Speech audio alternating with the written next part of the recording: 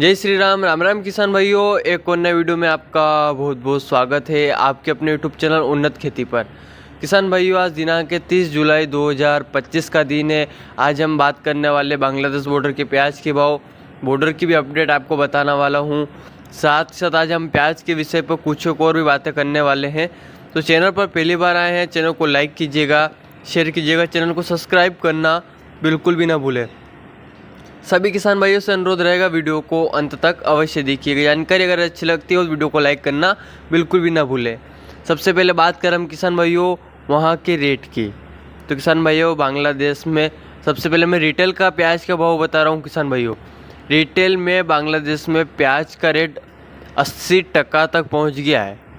जी किसान भाइयों, 80% तक बांग्लादेश में रिटेल में प्याज बिक रहा है, यानी कि जो अपने खेरची वाले बेचते हैं ना, वो आप मान के चल सकते हो 80% तक प्याज का बाज़ार हमें देखने को मिला है। किसान भाइयों, ये जो मैं रिपोर्ट बता रहा हूँ आपको, ऑफिशियल रिपोर्ट के आधार पे मैं आपको बता रहा हूँ। बाकी वहाँ पर 60% तक यूँ बिक रहा है, वो रिटेल में 80% तक प्याज का बाज़ार पहुँच चुका है। तो अब अधिकांश किसानों के मन में एक ही बात है कि वहाँ बांग्लादेश की बॉर्डर कब खुलेगी। तो किसान भाइयों, जैसा कि आपने अभी के बाज़ार देखा, रिटेल 80% तक पहुंच गया, तो वहाँ की सरकार भी चिंतित है कि प्याज का बाज़ार हाई हो गया है। तो कहीं ना कहीं किसान भाइयों, मोटा मोटा अगर मान के चले ना, सरकार कब भी आयात कर सकती है अपने भारत से प्याज का। इस बात का विशेष रूप से ध्यान दीजिएगा। मैं ये नहीं बोल रहा हूँ किसान भाइयों कि पक्का होगा, मैं संभावित बोल रहा हूँ कि हो सकता है, क्योंकि वहाँ पर प्याज का रेट हाई हो चुका है। रिटेल में 80% तक प्याज बिकना बहुत बड़ी बात है। वहाँ पर बारिश भी अभी कुछ नहीं हुई है कुछ एक दिनों में, और ऐसी कुछ खबर तो नहीं आई है निकल कर कि बांग्लादेश अन्य देशों से प्याज ले रहा है, ऐसा कुछ नहीं है।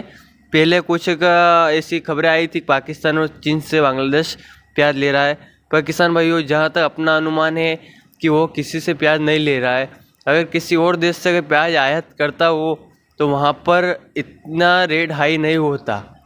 अगर मान के चल सके ना, अगर भारत में अगर 40-45 रुपये प्रति किलो के हिसाब से अगर प्याज का बाज़ार पहुँच जाए और अन्य देशों का प्याज अगर आ जाएगा, तो क्या 40 से 45 रुपये प्याज का बाज़ार रहेगा? नहीं रहेगा। क्योंकि आयात अगर हो जाता है किसी अन्य देश से, तो ये आप मान के चल सकते हैं कि प्याज का बाज़ार मोटा मोटा नीचे कंप्लीट गिरता है। आपने लहसुन का भी देखा होगा, लहसुन पिछले साल अच्छे खासा रेट हाई था, पर अचानक से ये बाहर का विदेशी माल आ गया और लहसुन डाउन हो गई। तो किसान भाइयों, इस बात को समझिए कि अगर वो अन्य देशों से अगर प्याज का आयात करता तो वहाँ पर आज इतना रेट हाई नहीं होता। 80% रिटेल में प्याज बिकना किसान भाइयों बहुत बड़ी बात है, और कह सकते हैं कि वहाँ पर आने वाले दिनों में और तेज़ी आ सकती है। क्योंकि किसान भाइयों, बांग्लादेश इतना भी प्याज नहीं उगाता है कि पर्याप्त मात्रा में पूर्ति हो सके। जी किसान भाइयों, अगर पर्याप्त मात्रा में अगर वो प्याज उगाता अपने भारत जितना, तो आराम से पूर्ति कर सकता था। पर किसान भाइयों, कहीं ना कहीं इस बात का विशेष रूप से ध्यान दीजिएगा। आपने विवेक से फैसला लेते रहिएगा, माल को थोड़ा थोड़ा करके निकालिएगा। अब किसान भाइयों, आज की एक बात करें, कुछ एक आवके बढ़ गई मंडी में। 40, 45, 50 हज़ार कट्टे इंदौर मंडी में आज आवके हमें देखने को मिली है। रतलाम मंडी किसान भाइयों 1000 प्लस ट्राली की आज हमें आवक देखने को मिल पा रही है। तो आखिर किसानों ने इतनी क्यों बढ़े? रतलाम मंडी का मैं जरूर किसान भाइयों कह सकता हूँ 2, 4, 5 दिन लगभग मंडी बंद सुनने में आ रहा है, ऐसा ऑफिशियल रिपोर्ट के आधार पर। परंतु इतनी आवक क्यों बढ़ाई किसानों ने? मैं एक ही बात पूछना चाहता हूँ किसानों से, माल को थोड़ा थोड़ा करके निकालिए किसान भाइयों, यही अनुरोध है आपका। अधिक मात्रा में अगर मंडियाँ अगर फुल करेंगे तो प्याज का बाजार हमें टूटता हुआ नजर आएगा। इसका कारण किसान भाइयों एक ही है, अगर किसी अन्य देश में अगर प्याज निर्यात होता तो बाजार नहीं टूटते।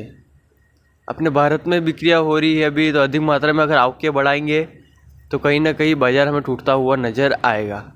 और किसान भाइयों, बांग्लादेश बॉर्डर खुलती है तो एक अच्छी बात है, प्याज में अच्छी खासी हलचल हम कह सकते हैं। बस माल को थोड़ा थोड़ा करके निकालते रहिएगा, अपनी विवेक से फैसला लेते रहिए। ये जो मैंने रिपोर्ट बताई है एक ऑफिशियल रिपोर्ट के आधार पर मैंने आपको बताई है।